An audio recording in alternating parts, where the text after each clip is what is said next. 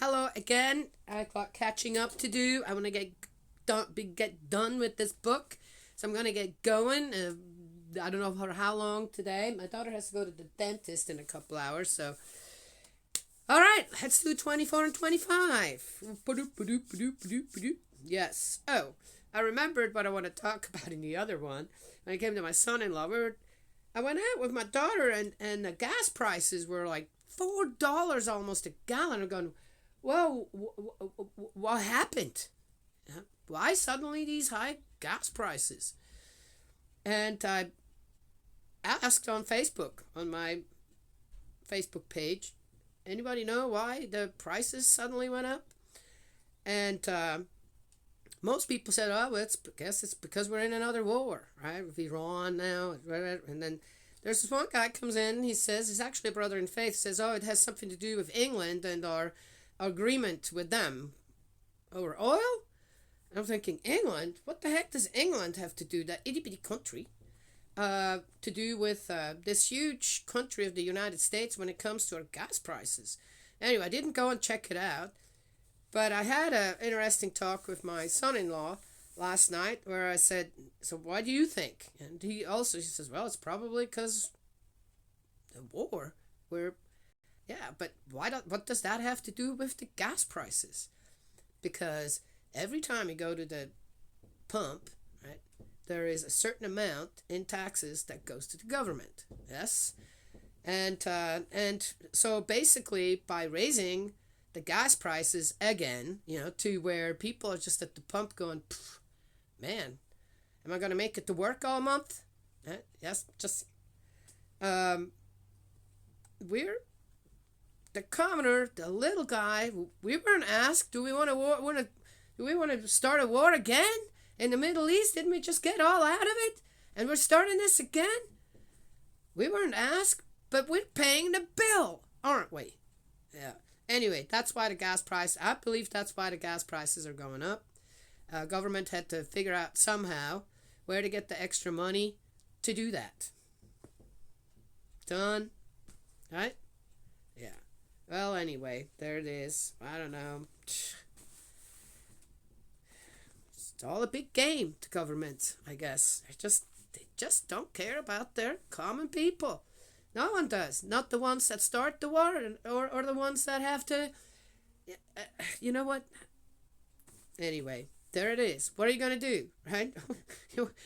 And what a smart way. Everybody here in the United States who doesn't drive over the age of 18, even 16, who doesn't have a car, multiple cars, 3, 4 cars a household. No, okay, 2, definitely. Wow, that's a big money maker.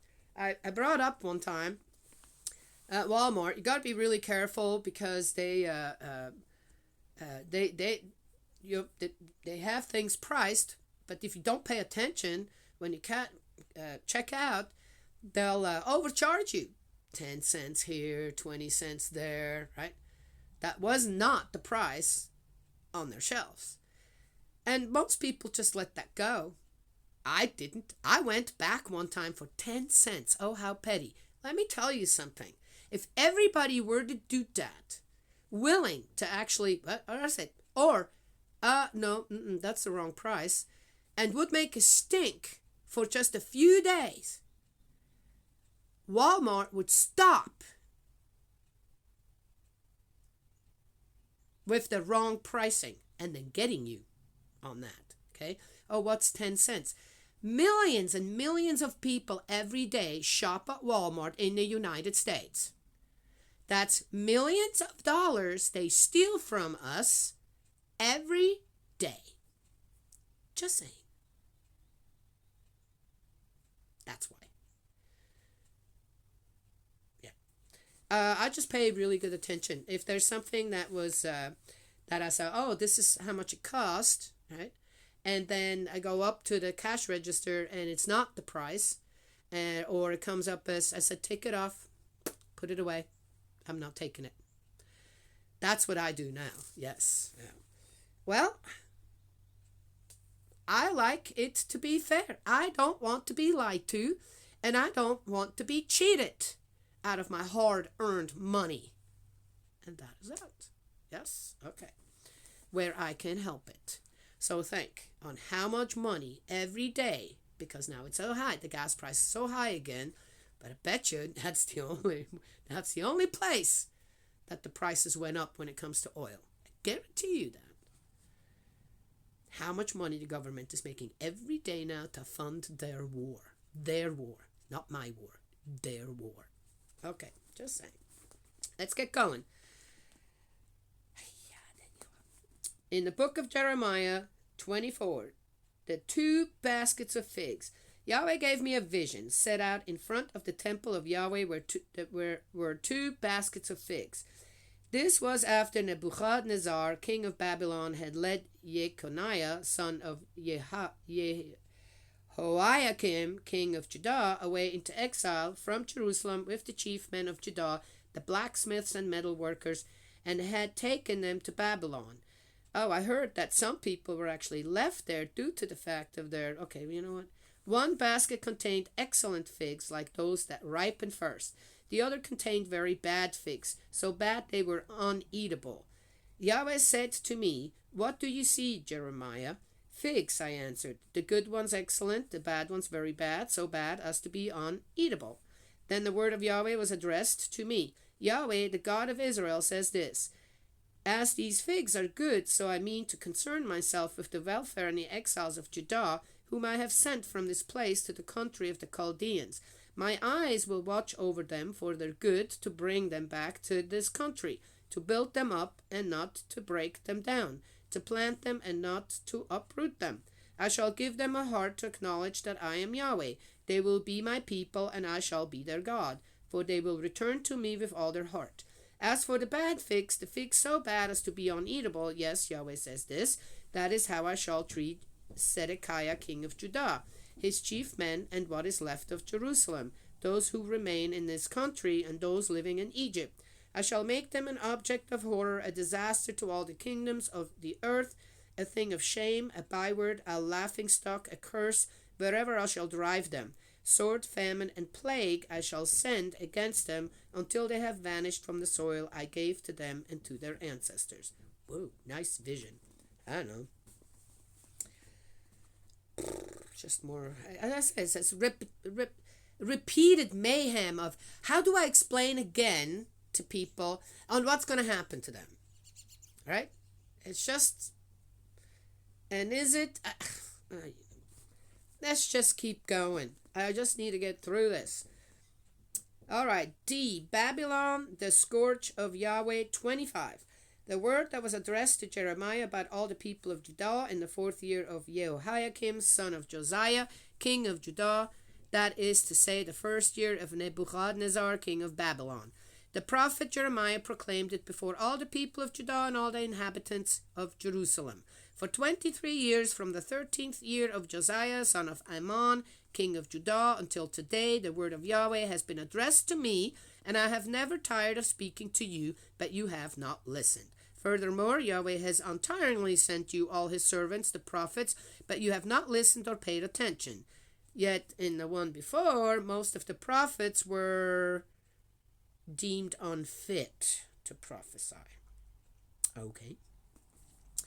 The message was this: turn back, each one of you, from your evil behavior and your evil actions, and you will go on living on the soil Yahweh long ago gave to you and your ancestors forever. And do not follow other gods to serve and worship them. Do not provoke me with things you yourselves have made, and then I shall not harm you. Okay, again, may I remind everyone that we're paying for our own behavior. The consequences do not come from God. Okay? It's of our own doing, and God has nothing to do with that. The warning, hey, do good. Don't do. Then I can't be part of your life. That's true. But when it comes to the consequences, let's not lay that at the feet of God, that he would do that to us. Okay? All right.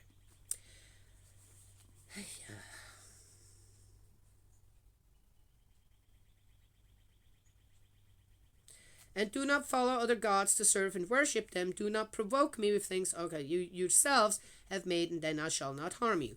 But you have not listened to me, Yahweh declares, so that you have now provoked me, and with things you yourselves have made, and thus harmed yourselves. Okay. Again, I'm not sure where the provoking comes in, because you can't provoke God. It's not. Ugh. These petty emotions, to lay petty emotions like, oh, you provoked me, so no, that's petty. These are petty emotions that does not express. Okay, that's just us again. Anyway, so this is what Yahweh Sabaoth says: since you have not listened to my words, I shall now send for all the families of the north. Yahweh declares that is for Nebuchadnezzar, king of Babylon, my servant. So Nebuchadnezzar, the king of Babylon, suddenly becomes God's servant, and bring them down on this country and its inhabitants and on all these surrounding nations. I shall curse them with utter destruction and make them an object of horror, of scorn, and ruin them forever. From them I shall banish the shouts of rejoicing and mirth, the voices of bridegroom and bride, the sound of the handmill and the light of the lamp. And this whole country will be reduced to ruin and desolation, and these nations will be enslaved to the king of Babylon for 70 years. But when the 70 years are over, I shall punish the king of Babylon and that nation, Yahweh declares. What? For the wrong they have done, that is, the country of the Chaldeans, and make it desolate forever. And against the country I shall perform all the words with which I have threatened it, that is, everything written in this book. Okay, so King Nebuchadnezzar becomes the servant of God to do bad and horrible things towards God's own people, but under the guidance of God. And then, after so many years, then God's gonna turn on the king Nebuchadnezzar and the Chaldeans and make them suffer because of what his servant, the king of Nebuchadnezzar, so many years before did for God to do to his own people. Come again? Huh? Okay, done. Super Chapter 2, Introduction to the Prophecies Against the Nations, the Vision of the Cup. What Jeremiah prophesied, this is still 25. What Jeremiah prophesied against all the nations, for these in their turn are to be enslaved to powerful nations and great kings, and I shall pay them back as their deeds and handiwork deserve. For Yahweh, the God of Israel, said this to me: take this cup of the wine of wrath, and make all the nations to whom I send you drink it. They will drink and reel and lose their wits because of the sword I am sending among them. I took the cup from Yahweh's hand and made all the nations to whom Yahweh sent me drink it, Jerusalem and the towns of Judah, its kings and its chief men, to make them a ruin, an object of horror and derision and a curse, as is the case today. Pharaoh, king of Egypt, his officials, his chief men, and all his people, with the whole conglomeration of peoples there, all the kings of the country of Uz, all the kings of the country of Philistines, Ashkelon, Gaza, Ekron, well, Gaza is mentioned in here, and what is still left of Ashdod, Edom, Moab, and the Ammonites, all the kings of Tyre, all the kings of Sidon, the kings of the islands across the sea, Dedan, Teman, Bus, all the people with shaven temples, all the kings of Arabia, and all the kings of the conglomeration of peoples who live in the desert, all the kings of Zimri, all the kings of Elam, and the kings of Media, all the kings of the north, near and far, one after another, in short, all the kingdoms on the face of the earth. As for the king of Sheshach, he will drink last of all. You will say to them, Yahweh Sabaoth, the God of Israel, says this: drink, get drunk, vomit, fall, never to rise again, before the sword that I am sending among you. If they refuse to take the cup from your hand and drink, you will say to them, Yahweh Sabaoth says this: you must drink. Look, for a start, I am bringing disaster on the city that bears my name, so are you likely to go unpunished? You certainly will not go unpunished, for next I shall summon a sword against all the inhabitants of the land, Yahweh declares. For your part, you are the prophecy, all these words to them. For your part, you are the prophecy, all these words to them. Say to them, Yahweh roars from on high. He thunders from his holy dwelling place. Loudly he roars on his own fold, shouts aloud like those who tread the grape at all the inhabitants of the land. The noise resounds to the remotest parts of the earth. For Yahweh is indicting the nations, arraigning all humanity for judgment. The wicked that assigns the sword, Yahweh declares. Yahweh says this, look, disaster is spreading from nation to nation. A mighty tempest is rising from the far ends of the earth. Will. Those slaughtered by Yahweh that day will be scattered across the world from end to end. No dirge will be raised for them. No one will gather them or bury them. They will stay lying on the surface like dung. We already read this. This is a repetition of, Howl, shepherds, shriek, roll on the ground, you lords of the flock, for your days have come to be slaughtered and to be scattered. And like a choice vase you will fall, no refuge then for the shepherds, no escape for the lords of the flock. Listen, a shriek from the shepherds, a howl from the lords of the flock. For Yahweh has laid their pasture waste, the peaceful sheepfolds are reduced to silence, owing to Yahweh's furious anger. The lion has left his lair, and the country is a wasteland now, owing to the devastating fury, owing to his furious anger. Okay, then. Wow.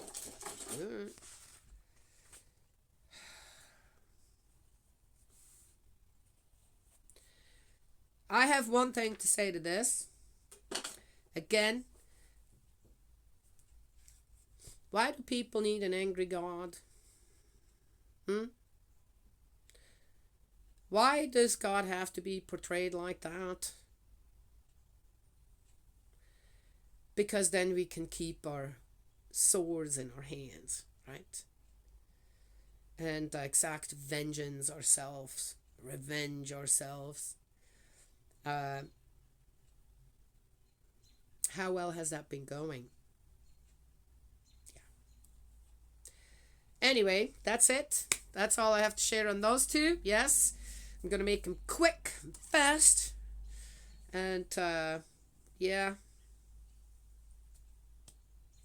That is that. May Heavenly Parent bless and protect you, guide you, and praise you with love. Eldridge, my dearest brother in faith. Let's keep praying. Father's prayers, yes. I don't think there was a prayer in that book I didn't like. It took me almost a year to read that. I think more than a year to read every day, to read one prayer. It has that many prayers in it, yeah. And I don't think there was one that I didn't like or disagreed with, or where I felt that God was misrepresented or asked the wrong thing, per se.